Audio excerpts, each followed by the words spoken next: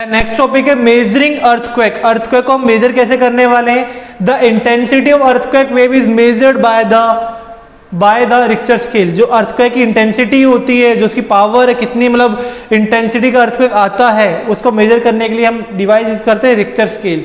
The earthquake tremors are recorded by instrument called seismograph. और earthquake के जो tremors हैं, जो झटके हैं अर्थक्वेक के, उनको मेजर करने के लिए हम इंस्ट्रूमेंट यूज करते हैं सिस्मोग्राफ। और जो पर्सन सिस्मोग्राफ यूज करेगा उसे बोलेंगे सिस्मोलॉजिस्ट। क्या बोलेंगे? सिस्मोलॉजिस्ट।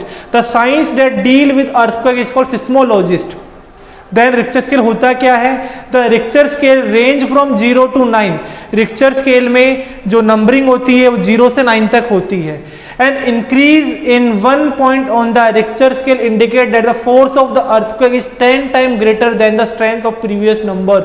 यानी कि रिक्टर स्केल 0 से 9 तक होता है, 0 से 1, 1 से 2 आने में अर्थक्वेक की जो इंटेंसिटी है वो 10 टाइम बढ़ जाती है।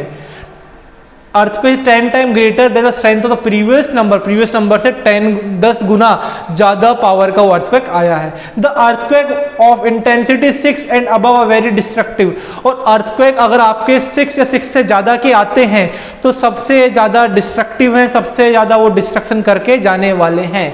मोर than 1 crore earthquake are recorded every year. हर साल 1 करोड़ से ज्यादा अर्थक्वेक रिक्टर स्केल या फिर सिस्मोग्राफ के ऊपर यहां पर हम ऑब्जर्व करते हैं, रिकॉर्ड करते हैं। And earthquake intensity is measure in relation to its effort on human life. और अर्थक्वेक की जो इंटेंसिटी है वो मेजर की जाती है कितना उसने ह्यूमन लाइफ को डिस्ट्रॉय किया है, कितना उसने ह्यूमन लाइफ को इफेक्ट किया है। The slow and mild tremors are more frequent and generally not noticed। अब बात करें अर्थ के नीचे लगातार छोटे मोटे ट्रीमर्स आते रहते हैं जिनको हम नोटिस भी नहीं करते हैं। Violent earthquake cause serious damage. और जो आपके वॉयलेंट अर्थक्वेक आते हैं वो बहुत ज़्यादा डैमेज करके जाते हैं लाइफ और प्रॉपर्टी दोनों को ही, यानी जान और माल दोनों को ही यहाँ पर डैमेज ये कर देंगे। दे में कॉज लैंडस्लाइड। और अर्थक्वेक के कारण लैंडस्लाइड आपको आ सकता है, हिली एरिया में क्रैक्स आ सकते हैं, अर्थ के क्रस्ट के ऊपर जो अर्थ की सरफेस उसमें क्रैक भी आ सकते हैं। Bursting of reverse. River burst होने लग जाती है अर्थक्वेक अगर ज्यादा पावरफुल आते हैं। डैम्स वगैरह, ब्लॉकिंग ऑफ रिवर्स, ये सब आम बातें जब अर्थक्वेक आपके पावर या फिर हाई इंटेंसिटी के आते हैं। रेजिंग और lowering of the sea floor की जो वेव है, जो सी वेव है, उनकी जो वो रेज हो सकती है, वो बढ़ भी सकती है, कम भी हो सकती है, अर्थक्वेक के ऊपर वो डिपेंड करता है। तो इस तरह से हम रिक्टर स्केल की मदद से अर्थक्वेक को मेजर करते हैं। और इंस्ट्रूमेंट है जिसमें हम रिकॉर्ड करते हैं उनको, वो है सिस्मोग्राफ। और जो पर्सन डील करता है सिस्मोलॉजिस्ट बोला जाता है। अर्थक्वेक को रिक्टर स्केल मेजर करने वाले रिक्टर स्केल पे जो रीडिंग होती है 0 से 9 तक होती है। और 6 से 9 वाले जो अर्थक्वेक होते हैं सबसे ज्यादा डिस्ट्रक्टिव आपके होते हैं। देन हम अगला टॉपिक देखते हैं डिस्ट्रीब्यूशन ऑफ अर्थक्वेक। अर्थक्वेक को हमने किस तरह से डिस्ट्रीब्यूट कर रखा है। No part of earth is free from earthquake. यानी अर्थ के हर एक पार्ट में अर्थक्वेक आता रहता है। But in some area earthquake occur more frequently. लेकिन कुछ एरिया ऐसे जहां पे अर्थक्वेक ज्यादा देखने को मिलते हैं। The main earthquake belt on earth. अब जो अर्थक्वेक बेल्ट है उनको हमने जनरली 3 पार्ट में डिवाइड कर रखा है। पहला सर्कम पैसिफिक बेल्ट, दूसरा मिड कॉन्टिनेंटल बेल्ट, तीसरा है द मिड कॉन्टिनेंटल बेल्ट और मिड कॉन्टिनेंटल। इस तरह से हम इसको पढ़ने वाले हैं। तो बात करते हैं जो सर्कम पैसिफिक बेल्ट होती है वो आपकी कोस्टल मार्जिन है, north America, south America, east Asia को कवर करती है। और 65% जो अर्थक्वेक होते हैं वो आपके Pacific belt, circum Pacific belt में आते हैं। दिस बेल्ट को inside with Pacific ring of fire. और इस बेल्ट को पैसिफिक रिंग ऑफ फायर भी बोला जाता है। दूसरा आता है mid continental belt. Mid continental belt जो होती है वो एल्पाइन माउंटेन, मेडिटेरियन सी, नॉर्थ और ईस्टर्न अफ्रीका और हिमालय के पार्ट में आती है। ठीक है, उसके अंदर ही कवर करता ही रहे। जब मिड कॉन्टिनेंटल बेल्ट है आपकी जनरली एल्पाइन माउंटेन, मेडिटेरियन सी, नॉर्थर्न और ईस्टर्न अफ्रीका और हिमालय आता है। और यहाँ पर 25% अर्थक्वेक आपके आते हैं। सबसे ज्यादा अर्थक्वेक कहाँ पे आते हैं? सर्कम पैसिफिक बेल्ट 65%, उसके बाद 25% आते हैं आपके मिड कॉन्टिनेंटल बेल्ट। देन अगला आता है मिड कॉन्टिनेंटल बेल्ट या मिड कॉन्टिनेंटल।